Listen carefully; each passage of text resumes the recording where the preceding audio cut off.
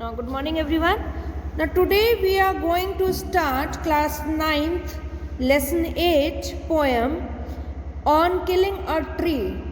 Now, with the theme or with the topic of the poem, we can make it out. On killing a tree means why we are cutting trees, because trees save our environment to much extent. And trees gives us so many things. They gives us shade, they gives us fruits, they gives us eatables. Okay, they gives us wood also. But while we are killing the trees, we are lessening the oxygen from our environment. Now first we will see the central idea, then we will see the summary, and then about the poet. Now, On Killing a Tree is written by Gieve Patel. He is an Indian writer.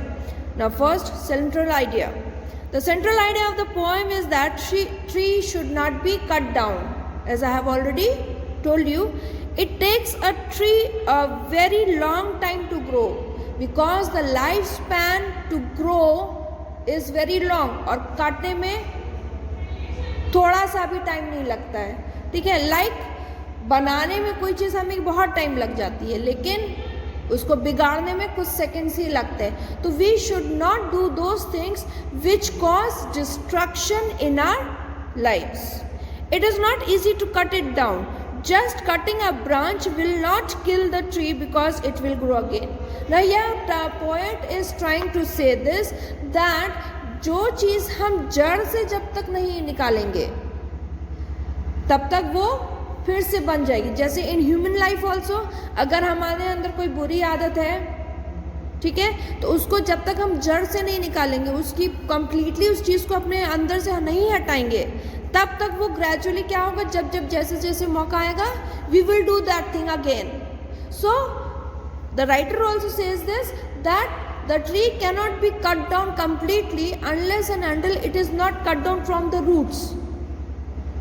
If the roots are not cut down, it will grow again when the season will be there. A great deal of effort is needed to kill it. It has to be roped, बांधना पड़ेगा, tied and pulled out from its roots. As I have told you कि उसको root से जड़ से निकालना पड़ेगा. When the roots are exposed, when the roots are opened on the ground surface, they gradually wither away in the sun and open air. Wither away means जैसे जैसे अगर आप जैसे कोई चीज़ जलाते हैं तो जलने के बाद वो चीज़ हल्की हो जाती है, राख हो जाती है. तो राख क्या है, हल्की सी हवा से भी वो उड़ जाती है. तो in the same way what roots, when we put the roots on the surface of the earth, धूप से वो धीरे धीरे सूख जाती है, फिर वो लाइट होती जाती है, और जो चीज़ लाइट हो जाती है वो हवा से उड़ जाती है. It is only then the trees dies. मतलब जो चीज़ कंप्लीटली अंदर से सूख नहीं जाती है. Here the poet is trying to say we can relate this thing with our lifes also. जैसे अभी हमने आपको बताया, मान लीजिए आपको झूठ बोलने की आदत है, ठीक है, आप बोलते हो, आपने न्यू ईयर पे रेजोल्यूशन किया कि नहीं अब हम झूठ नहीं बोलेंगे, and you try, I know you try, I also try कि हमें झूठ ना बोलना पड़े. लेकिन वो चीज़ तभी कंप्लीटली ख़त्म होगी जब हम कंप्लीटली डिटर्मिन्ड होंगे, जब हम कंप्लीटली अंदर से ये चीज़ फीलिंग निकाल देंगे कि हमें झूठ नहीं बोलना है. लेकिन जब तक वो कंप्लीटली नहीं जाएगा, कभी ना कभी चाहे हम 10 की जगह एक ही बार झूठ बोलेंगे, लेकिन बोलेंगे ज़रूर. इन the same manner he says this, unless and until the roots of the trees are not dried up and flew away in the air, तब तक the tree can be alive at any moment. ठीक है, एक season होता है ना, पेड़ हरा भरा होता है, एक सीज़न होता है पेड़ एकदम सूख जाता है. तो जब वो हरा भरा वाला सीज़न आएगा तो वो क्या होगा, वो जड़ फिर से पकड़ लेगा. तो वो कह रहा है कि पेड़ को काटना भी इतना आसान नहीं है. Now we will see the summary of the poem. In this poem, the poet describes the process that is involved in killing a tree. Process क्या है, खाली ऊपर से काटना नहीं है, पूरा जड़ से उखाड़ना है.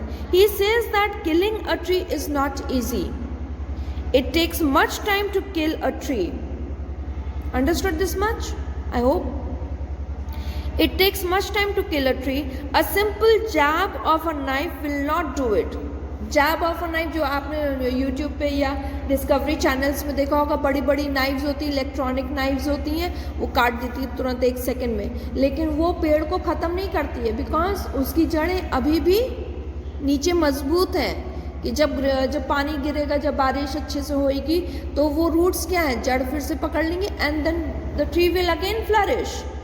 जैसे आपने घरों में भी देखा होगा, जो पेड़ लगाते हैं एक टाइम आता है वो बिल्कुल सूख जाते हैं, और वो दूसरे टाइम क्या होता है, वो अपने आप ही फ्लरिश करते हैं। तो ही सेज दैट और जो चीज़ें हमारे अंदर अच्छी नहीं है उसको हमें कम्प्लीटली हमारे अंदर तभी हटती हैं जब हम उसको अपने अंदर से कम्प्लीटली निकाल देते हैं। The tree is usually strong and it grows absorbing sunlight, air and water for many years.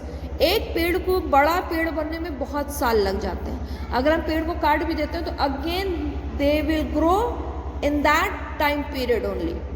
ये नहीं कि 2 दिन में उग के बाहर आ जाएगा, no, it will take the long time to grow again. If the tree is hacked it might get injured, but soon the bleeding bark will heal, a new green twigs and mature boughs will come out again. Means ये है कि मान लीजिए हमने पेड़ को चोट लगाई, वहाँ से तो वो सूख जाएगा। पूरा पॉइंट यही है कि अंदर से जड़ से उसको उखाड़ना है। आपने चोट पहुँचाई, अब जैसे आपको चोट लगती है, कट जाता है, तो वो कुछ समय के बाद हील होता है, सूखता है, फिर उसके बाद आपकी बॉडी की उससे वो हील हो जाता है। इन the same way the trees also happens, the same happens with the trees. आप ट्री को आधा भी काट दोगे, बीच में से काट के जो वो सूखेगा, सब कुछ होगा, लेकिन धीरे धीरे वो अपनी जो मॉइस्चर है वो अपने उस मॉइस्चर से उसको फिर से वो ग्रो कर सकता है।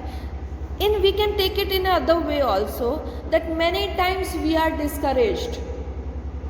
Many times जब जैसे मान लीजिए कोई बीमार है, अब उसको कोई ऐसी बीमारी है जिससे वो हील नहीं हो रहा है, लेकिन अगर हम उस पर्सन को मोटिवेट करते हैं तो उसके अंदर क्या होता है, जीने की इच्छा फिर से उठती है।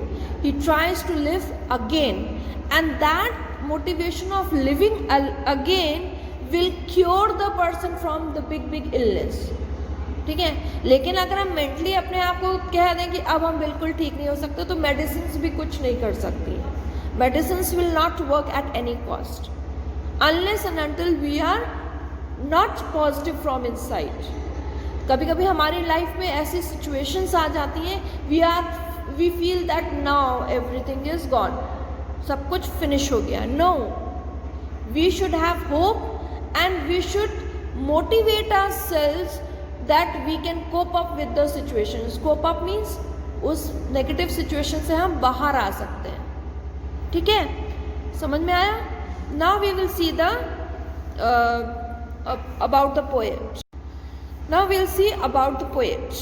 Giv Patel, born in 1940, is an Indian poet. According to the name, we can make it out. He is an Indian poet, playwright, painter, and a practicing doctor. अब मान लो कितनी चीज़ें हैं वो। He is a poet. Play right कौन होता है, जो प्लेस लिखता है, ठीक है। Painter and a doctor. He has published his poetry in 3 columns. Poems, how do you withstand. Withstand means कैसे आप अपने आप को खड़ा करते हो, खड़ा है not physically, mentally, socially, in every field of life, ठीक है। Body and mirroring. His plays include Princess, Savakasa, and Minster Behram. The subjects of his poetry are varied. Varied means बहुत large scale पे है. About the flattery, absurdity, and perishability of the human body. Because he was a doctor, तो थोड़ा बहुत वो सब भी चीज़ें उसकी पोइट्री में रिवील करती हैं, ठीक है। The social inequalities of caste and class, the violence, conflicts and pain all around us, means in other words negative situations. Then the inevitability of physical death and the desire to probe into what lies beyond the material world means उसकी poetry में, उसकी play rights में ये भी चीज़ है कि जो हम फिजिकली हम देख रहे हैं उसके बियॉन्ड भी क्या चीज़ें दिखती हैं. ठीक है, कभी कभी हम एक्सट्रीम लेवल तक सोचते हैं, कभी कभी हम ये भी सोचते हैं कि आगे क्या होगा, हमारी इस फिजिकल डेथ के बाद क्या होगा. This is extreme thinking. ठीक है. He avoids getting emotionally involved with the scene and the event portrait. जैसे मान लीजिए कोई सीन ऐसा है, आप मूवी देखते हो तो क्या होता है, कभी कभी जो इमोशनल लोग होते हैं या कोई सीन ऐसा होता है जो आपकी लाइफ से रिलेटेड होता है तो ऑटोमेटिकली यू स्टार्ट क्राइंग. होता है, मेरे साथ भी होता है. ठीक है, you start crying like anything. तो ये क्या है, इमोशंस में आ गए. But here when he rights he is not in emotion mood, वो प्रॉपरली अपना लिखता है and remains at some distance from what he observes and writes about. Grieve Patel is also a staunch environmentalist. Now there are 5 things: poet, playwright, painter, practicing doctor and environmentalist. I hope you have understood the poem. Thank you.